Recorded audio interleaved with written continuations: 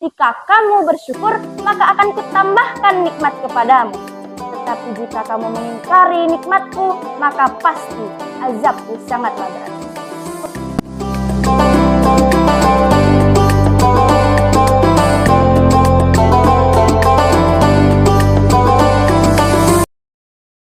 Bismillahirrahmanirrahim.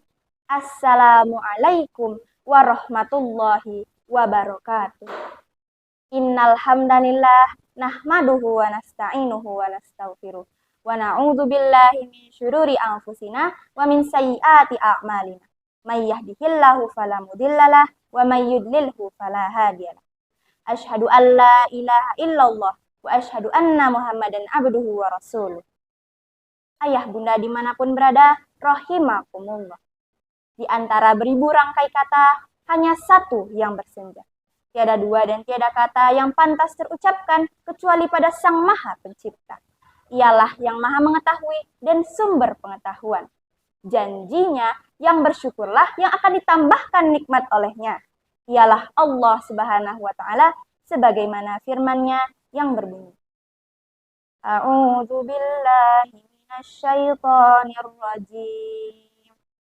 Wa idh ta'adzana rabbukum la in syakartum la azidannakum wa la in kafartum inna adzabi lasyadid. Yang artinya, dan ingatlah ketika Tuhanmu memaklumkan.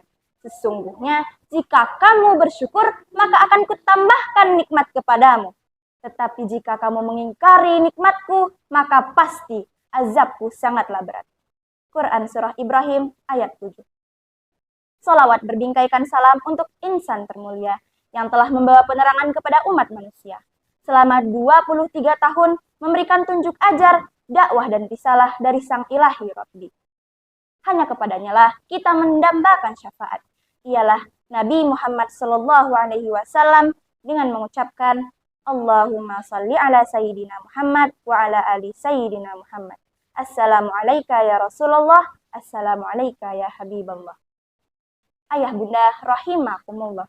Izinkan ana Najwa Khairunisa Dafwen menyampaikan tausiah yang berjudul Generasi Alfa dalam menghadapi kemajuan teknologi. Ayah bunda rahimakumullah. Kemajuan teknologi dan informasi telah mengubah tren generasi saat ini. Sehingga lahirlah generasi baru yang kita kenal dengan kaum rebahan. Bagaimana tidak? Semuanya bisa kita lakukan hanya dengan rebahan. Betul atau betul? Sambil rebahan, kita bisa searching, bisa chatting, bisa watching, bisa gaming, bahkan bisa jadi trending. Sehingga muncullah pertanyaan, apakah mungkin generasi ini paham akan tujuan hidup yang sebenarnya? Tanpa kita sadari, kita telah jauh dari Al-Quran, jauh dari hadis, jauh dari kajian, dan bahkan jauh dari amalan para sahabat dan para tabi'in. Bahkan paket habis saja pusing, HP tinggal panik, dikit-dikit gaming, giliran follower banyak aja, katanya amazing.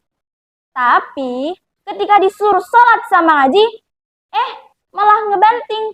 Iya apa iya? Na'udzubillah, summa na'udzubillah. Ayah bunda, rahimakumullah.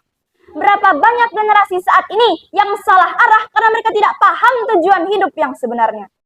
Bukankah tugas generasi seusia mereka adalah sekolah, belajar, ngaji, atau ikut dai seperti teman-teman di sini? Ayah bunda, rahimakumullah.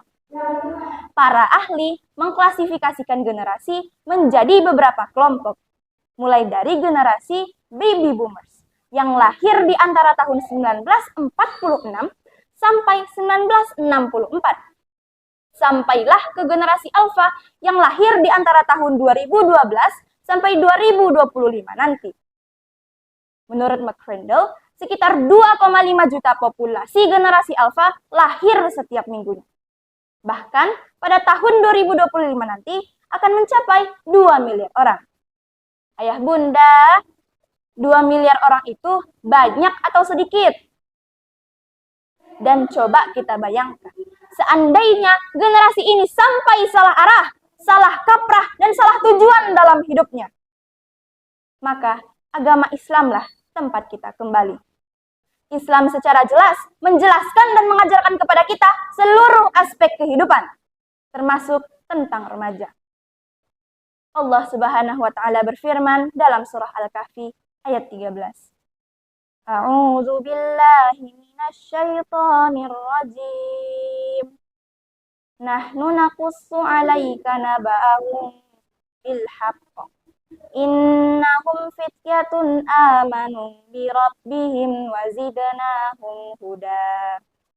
Yang artinya, kami kisahkan padamu Muhammad dengan sebenarnya. Sesungguhnya mereka adalah para pemuda yang beriman kepada Tuhannya, dan kami tambahkan petunjuk kepada mereka. Quran Surah Al-Kahfi ayat 13. Ayah bunda rahimakumullah. Dari ayat tadi, Allah Subhanahu wa taala memberikan contoh kepada kita. Ialah para pemuda yang mampu mempertahankan imannya meski berada di derasnya arus godaan maksiat. Dan juga para pemuda yang mampu mempertahankan imannya meski berada di tengah kepemimpinan yang zalim.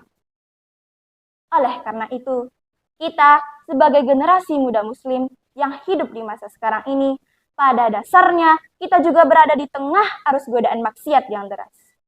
Maka dari itu, kita harus bisa bertahan bahkan melawan arus maksiat tersebut.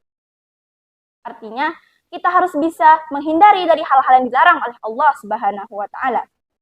Rasulullah sallallahu alaihi wasallam bersabda, "Ya jabu rabbuka min syabbi laisat lahu sabwah." Rabbmu kagum dengan pemuda yang tidak memiliki sabwah atau kecondongan untuk menyimpang dari kebenaran.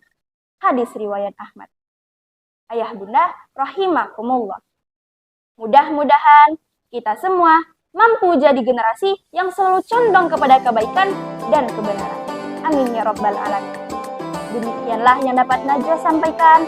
Mohon maaf atas segala kekurangan. Unzur ma qala wala tanzur man qala.